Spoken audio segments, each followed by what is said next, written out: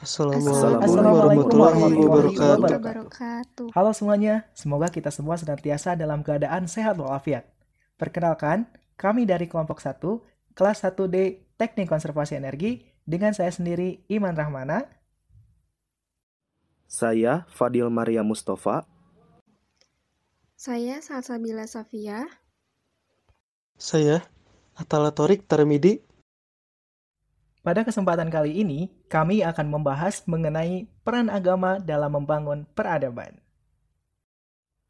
Ngomongin soal peradaban, apa sih yang dimaksud dengan peradaban itu?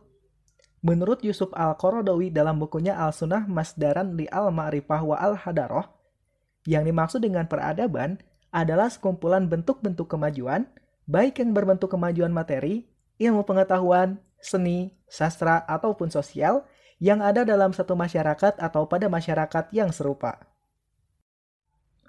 Peradaban antara satu masyarakat dengan yang lainnya tentu berbeda.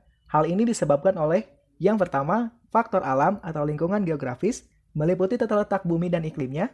Yang kedua, faktor kebiasaan. Kebiasaan-kebiasaan masyarakat di dunia akan dijumpai perilaku-perilaku yang di satu masyarakat dilarang, sedangkan di lain masyarakat tidak dilarang atau tidak dipersoalkan. Yang ketiga, faktor pelapisan sosial. Setiap masyarakat mempunyai sikap menghargai hal-hal tertentu dalam bidang-bidang kehidupan. Yang keempat, faktor ideologi, yang merupakan kumpulan gagasan, dasar, serta tatanan yang baik dalam kehidupan bermasyarakat dan bernegara. Yang kelima, kepercayaan atau religi, dan yang keenam, faktor ilmu pengetahuan dan teknologi. Islam sangat memperhatikan peradaban karena menciptakan peradaban Islami itu merupakan bagian dari tujuan pokok hidup manusia sebagaimana yang telah dijelaskan dalam Al-Quran. Imam Ar-Raghib Al-Isfahani dalam bukunya Al-Zariyah ila Makarimi Al-Syariah menjelaskan tujuan-tujuan pokok hidup manusia sebagai berikut. Yang pertama, beribadah kepada Allah, yaitu taat mutlak kepadanya. Yang kedua, menjadi khalifah di muka bumi, yaitu menegakkan kebenaran dan keadilan, serta berperilaku dengan akhlak Allah Subhanahu wa Ta'ala dengan kapasitas manusiawi. Dan yang ketiga, memakmurkan bumi dengan membangun peradaban yang didasarkan pada sistem nilai. Pembagian peradaban. Islam membagi budaya menjadi 3 macam. Yang pertama, kebudayaan yang tidak bertentangan dengan Islam. Kita harus menerapkan syariat dan aturan-aturan dalam Islam sebagai pondasi dasar atau hukum dari suatu budaya, sehingga budaya tersebut berjalan segaris lurus dengan aturan dan hukum yang terdapat dalam agama Islam. Yang kedua, kebudayaan yang sebagian unsurnya bertentangan dengan Islam. Untuk kebudayaan ini, merujuk terhadap kebudayaan ataupun kebiasaan masyarakat yang awalnya bertentangan dengan Islam, namun dilakukan rekonstruksi sehingga menjadi Islami. Dan yang ketiga, kebudayaan yang bertentangan dengan Islam. Seperti yang disebutkan, sudah jelas bahwa budaya ini bertentangan dengan Islam. Contohnya, masyarakat Cilacap, Jawa Tengah, mereka mempunyai budaya tumpeng rasulan, di mana terdapat 2 buah tumpeng. Yang pertama akan dipersembahkan kepada Rasulullah, dan tumpeng lainnya akan dipersembahkan kepada Nyai Roro Kidul yang menurut masyarakat setempat merupakan penguasa Laut Selatan. Islam dan sistem nilai. Islam memiliki ciri-ciri khas yang istimewa dalam sistem dan tata nilainya. Ciri khas itu antara lain nilai rabiyah atau nilai ketuhanan, nilai insaniyah atau nilai kemanusiaan, nilai wakiyah atau nilai realistis, nilai syamuliyah atau nilai universal, nilai wasatiyah atau nilai moderat, nilai tawazun atau nilai keseimbangan, nilai sabat yang berarti tetap tak berubah, dan nilai murunah yang berarti fleksibel.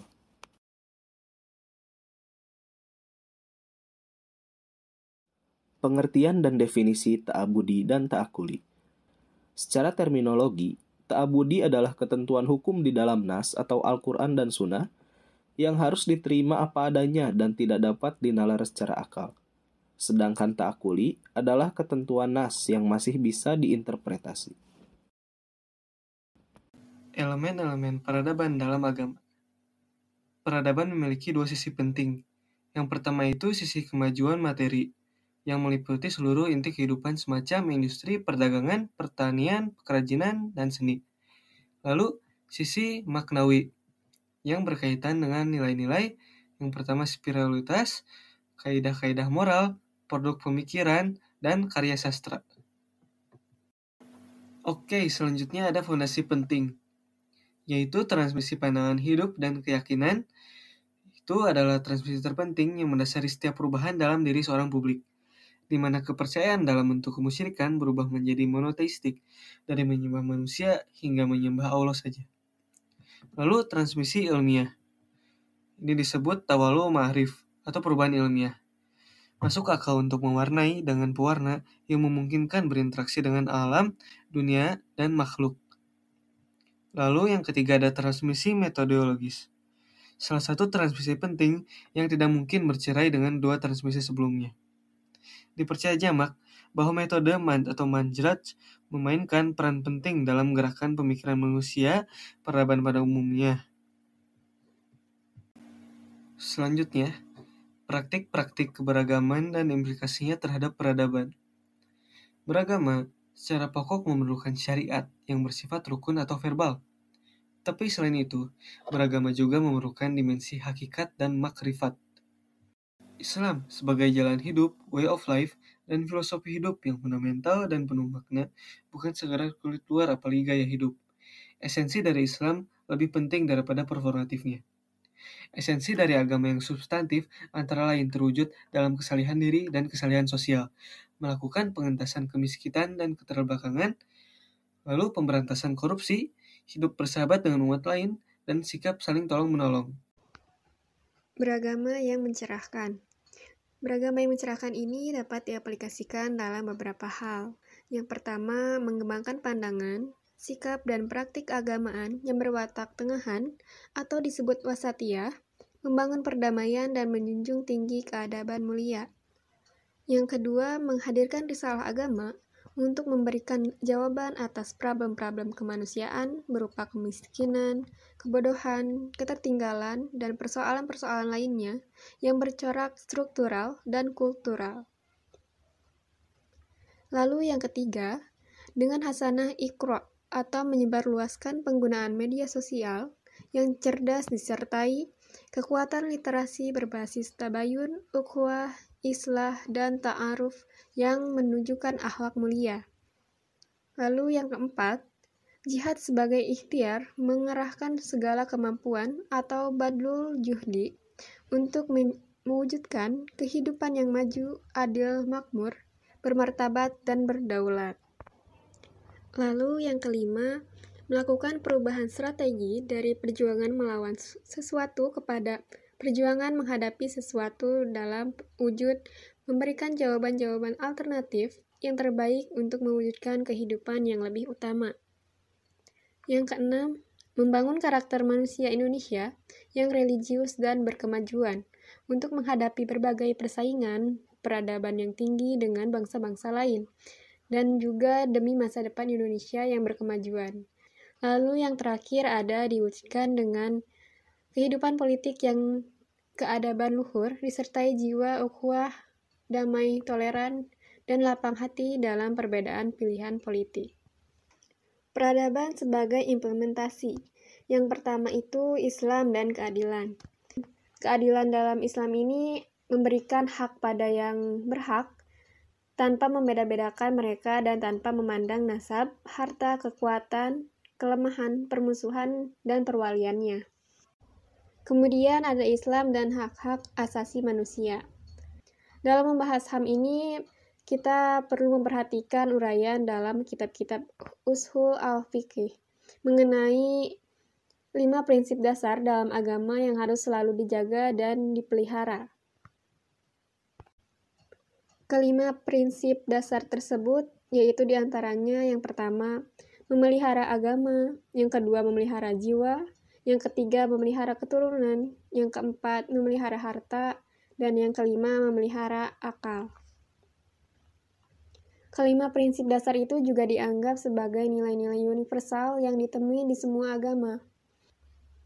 Abdurrahman Wahid pun telah membuktikan bahwa beberapa prinsip dasar dalam Islam ini yang sesuai dengan Deklarasi Universal Hak Asasi Manusia ada 5 poin. Yang pertama itu perlindungan dari penindasan fisik. Yang kedua, kebebasan beragama. Yang ketiga, perlindungan keluarga dan keturunannya. Yang keempat, perlindungan hak milik pribadi. Dan yang kelima, adanya perlindungan profesi seseorang. Selanjutnya ada Islam dan politik yang terbagi menjadi dua. Yang pertama itu ada politik perdamaian, di mana bahwa betapa besarnya keinginan umat Islam itu menghindari diri dari kontak senjata. Dan itu berarti politik Islam ini sangat menginginkan perdamaian secara baik-baik. Yang kedua ada politik keadilan.